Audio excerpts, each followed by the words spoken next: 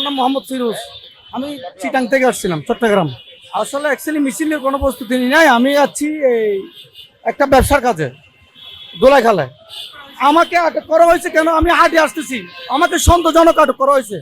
আমি মোহাম্মদ ফরাদ হোসেন। আমি এটা উপজেলা ছাত্রলীগের সাবেক সেক্রেটারি ছিলাম। মিছিলের প্রিপারেশন ছিল, সেজন্য অ্যারেস্ট করছে। না না, আমি হাঁটতেছিলাম, মিছিলের প্রস্তুতি হাঁটতেছিলাম। আমাকে রাস্তা থেকে ধরা হয়েছে, আমাদের রাস্তা থেকে কিছু ছেলেবেলা সিভিলিয়ান ধরছে, এরপরে আমাদের পুলিশ ভাইরা আমার অ্যারেস্ট করছে। রাস্তা থেকে অ্যারেস্ট করছে। আমাদেরকে কোনো মিছিল থেকে অ্যারেস্ট করা হয় নাই। আমরা মিছিল হচ্ছে, আমাদেরকে কোনো মিছিল থেকে অ্যারেস্ট করে নাই। আমাদেরকে সেখান থেকে কিছু সিভিলিয়ান, কিছু ছেলে পেলে আমাদেরকে প্রথমে মারধর করলো। আমাদের পুলিশ ভাইদের সামনে মারধর করছে, আমার চোখে ব্যথা লাগছে।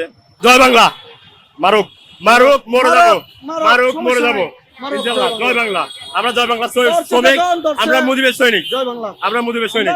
গুলি করুক, মারুক। এখন জয় বাংলা করতে হবে। আমি আমি আমি আমি এই জীবনে আমার এলাকায় খবর নিবে, যেহেতু ভাইরা করছে অ্যারেস্ট হয়েছি, আমি আমার এলাকায় খবর নিবে।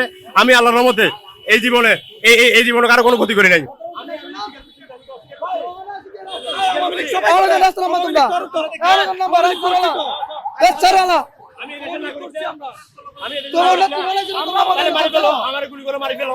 আমাকে গুলি করে মারি ফেলো, মরে যাই।